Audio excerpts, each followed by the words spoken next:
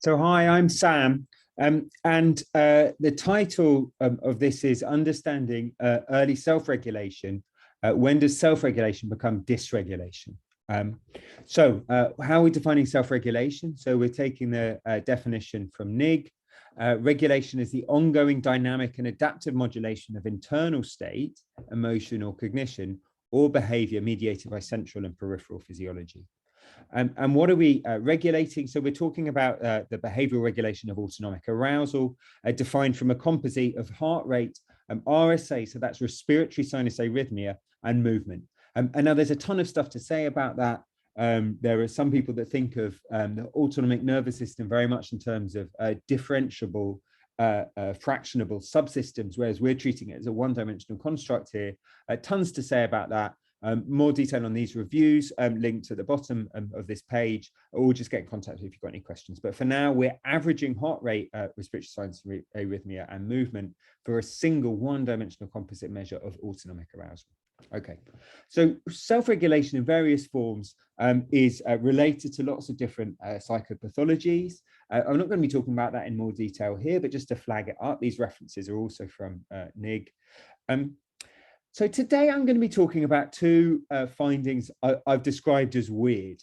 One is looking at do babies actually self-regulate in real world settings? And second, does self-regulation get worse between 6 months and 12 months? So two separate projects, two separate chunks of data that I'm looking at, that for me are some really quite fundamental questions about what it is that we really know about self-regulation during early life already at the moment.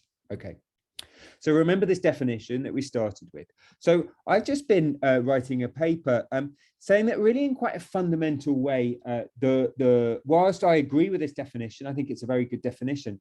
I think that most of the ways that we in my lab, as well as lots of other people, measure self-regulation doesn't really do a very good job of measuring it in the sense that it's defined here. Yeah. So almost all experimental tests of self-regulation in infancy take the same basic approach. So you've got your baseline, and then you give, at a time determined by the experimenter, you administer a stressor. So something like the still face protocol, or the toy removal or arm restraint. There's a whole variety of different ones. And then after a set period, which again is determined by the experimenter, you stop the stressor and you look at their recovery. Okay. So there are lots of ways in which this model is a very poor fit for how we actually experience stress in real life. So in real life, the environment doesn't deliver an isolated stimulus and then patiently wait for one to admit an isolated response. That's the way Spivey and Dale put it, 2006. In real life, the response determines the stimulus just as truly as vice versa. Yeah, so that's from Dewey, and he noted that even the way back in 1896.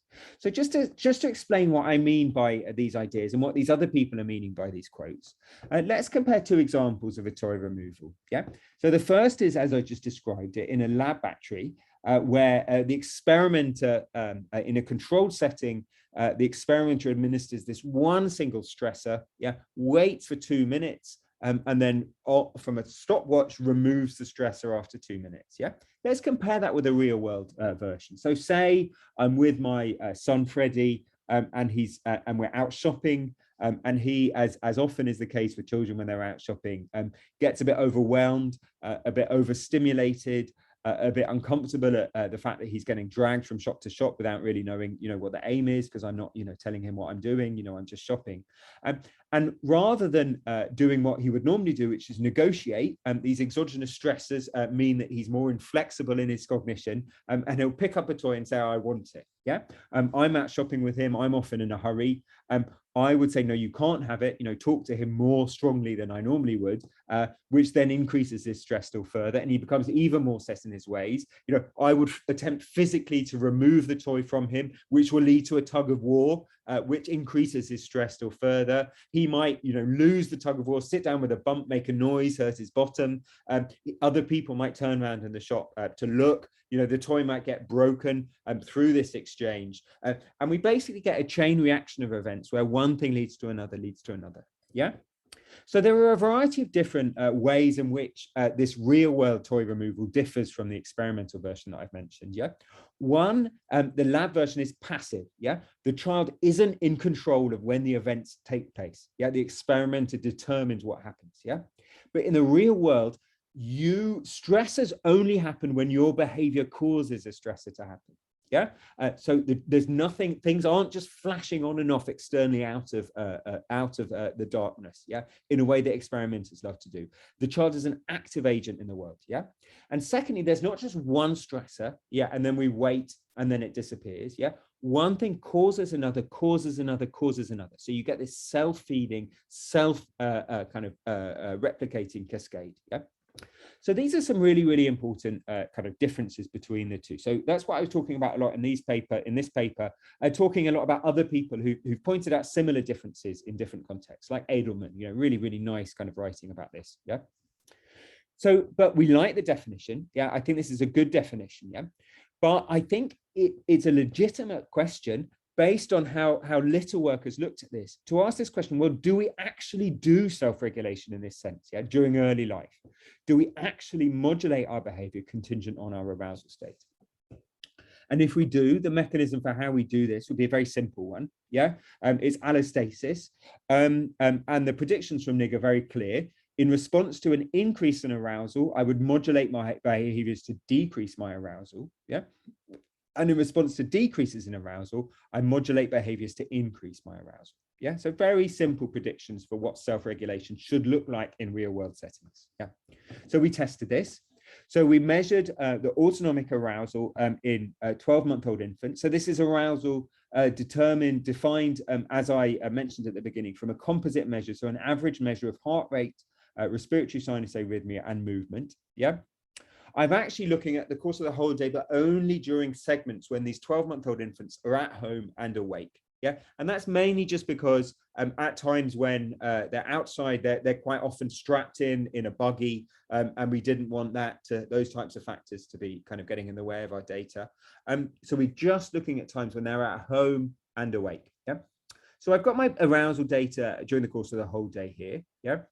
And then this is basically 9 1-minute epochs from this course of the day. Yeah. And basically, this is an adaptive version of a Poincaré plot, for those of you who know that plot from heart rate studies. Yeah. And basically, so here I'm at arousal bin 3 at time t, and then the next bin, I'm also in arousal bin 3. Yeah. So that goes here. So arousal bin 3 here, and then arousal bin time t+1 here, also 3. So that dot will go here. Yeah. And this dot here, I'm at arousal bin 4 at time t, and at time t+1, I'm at arousal bin 2. Yeah.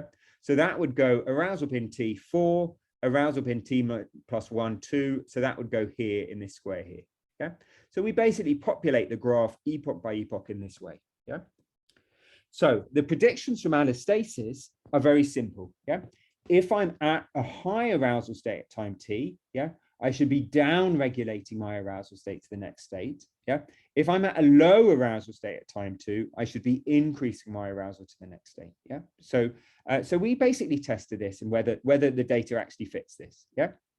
So our prediction, remember, is if I'm at a high arousal state, yeah, the likelihood that my arousal will go down to the next bin is high. Yeah. So the higher my arousal state, the more the likelihood that my arousal should go down. Yeah. And the lower my arousal state, the more the likelihood that my arousal state should go up. Yeah. So we compared the prediction with some control data, which was just randomly shuffled. So we've just destroyed, we've just randomly shuffled these time series to destroy the temporal interdependencies. Yeah. And this basically is regression to the mean. So this graph shows regression to the mean. Yeah. And we were looking at, is our data follow this prediction? Yeah. In fact, we found the opposite. Yeah. So we found that the higher your arousal, the less likely you are to decrease arousal. Yeah. And vice versa for low arousal states. Yeah.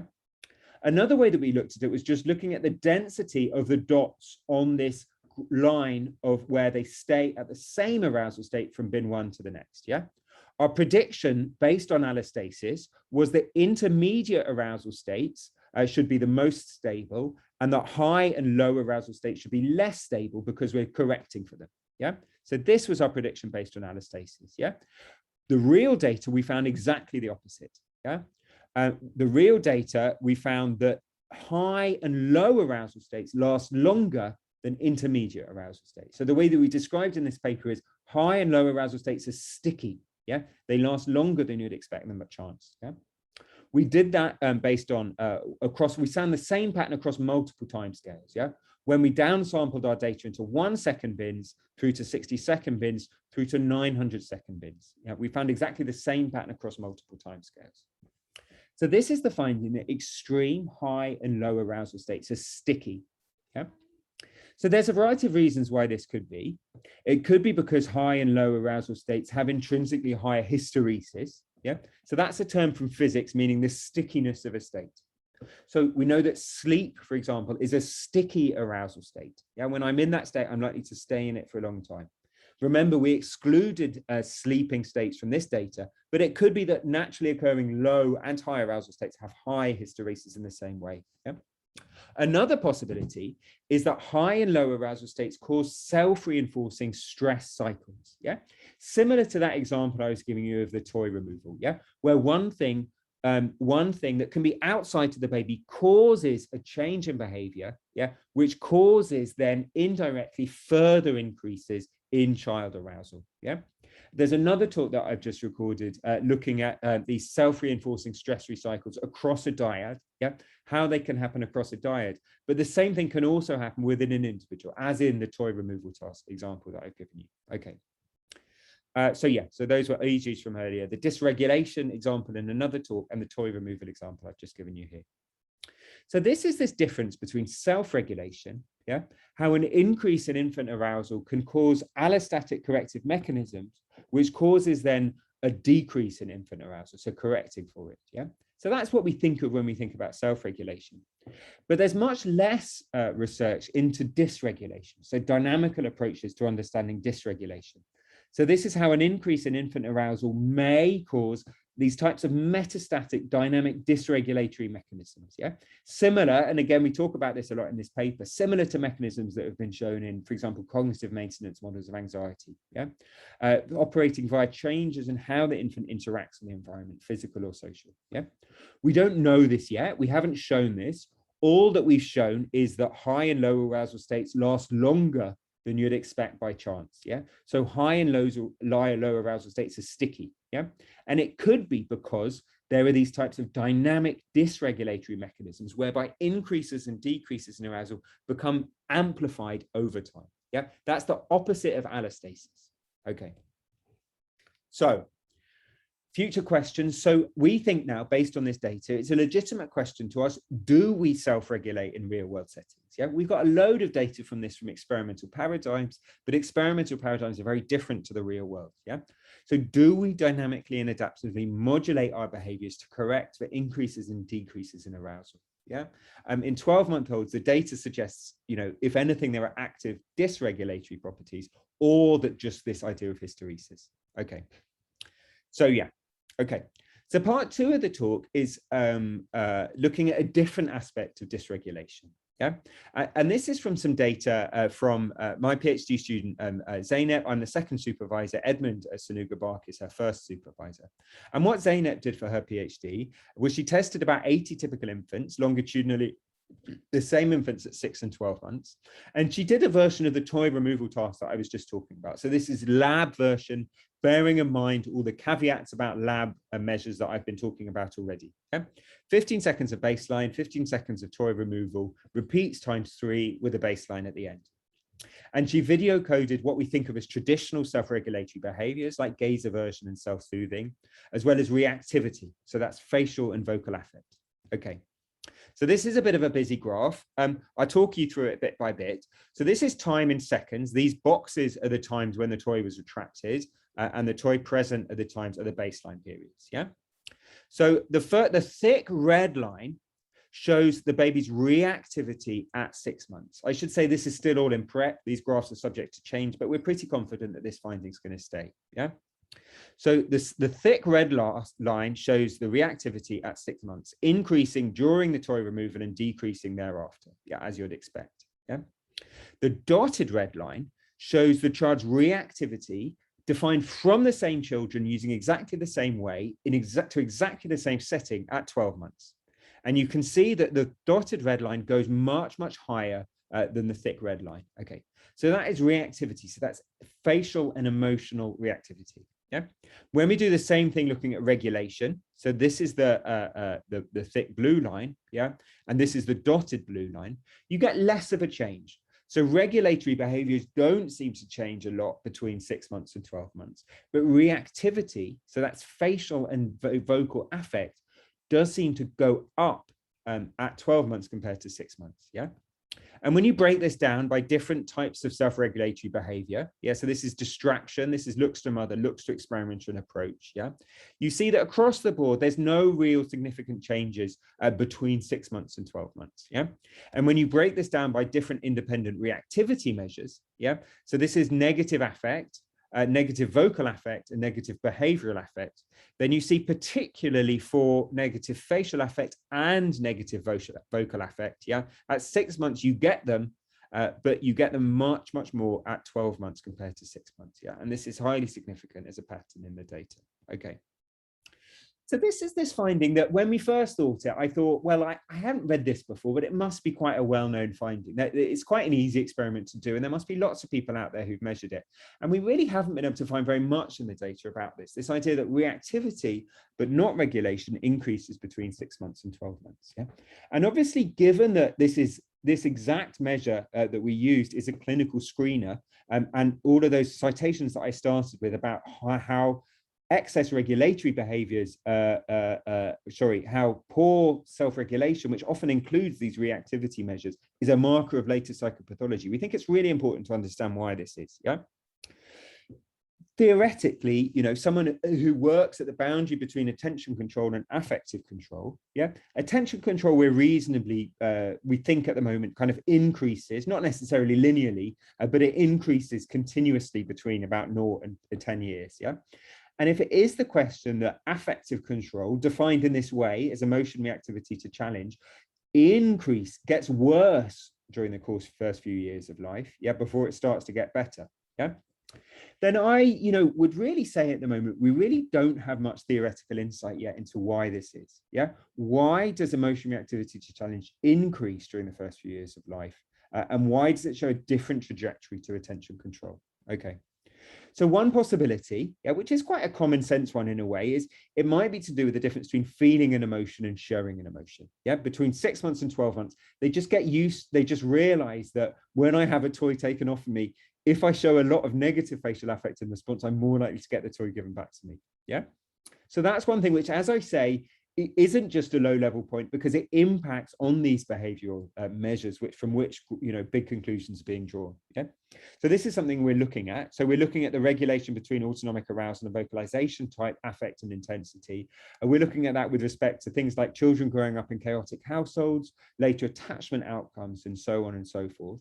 But we think this is another potential driver of these types of dysregulatory dynamics that I've been talking about.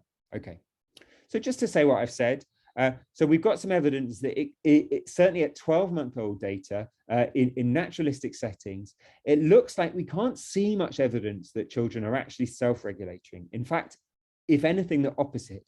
High and low states of arousal appear sticky. Yeah, they last longer than we'd expect by chance. This might be because of these types of short-term dynamic dysregulatory cascades, yeah, that can happen either between two people or in terms of how one person, how they interact with the environment, yeah? And we also talked about this other area, which I think is quite problematic for our current approaches to understanding self-regulation, which is how and why does self-regulation get worse before it gets better, yeah? Is it to do with the difference between showing an emotion, feeling an emotion and showing it? Okay. So two of the papers that I've talked about here are already out. These are the references. The work from Zeynep that I talked about in part 2 of the talk is still in prep, and as I said, that might still change, but we're confident in the basic findings by now, so get in contact with me if you want to hear more about that. But for now, thank you very much to our funders, to colleagues, and most importantly to our participants.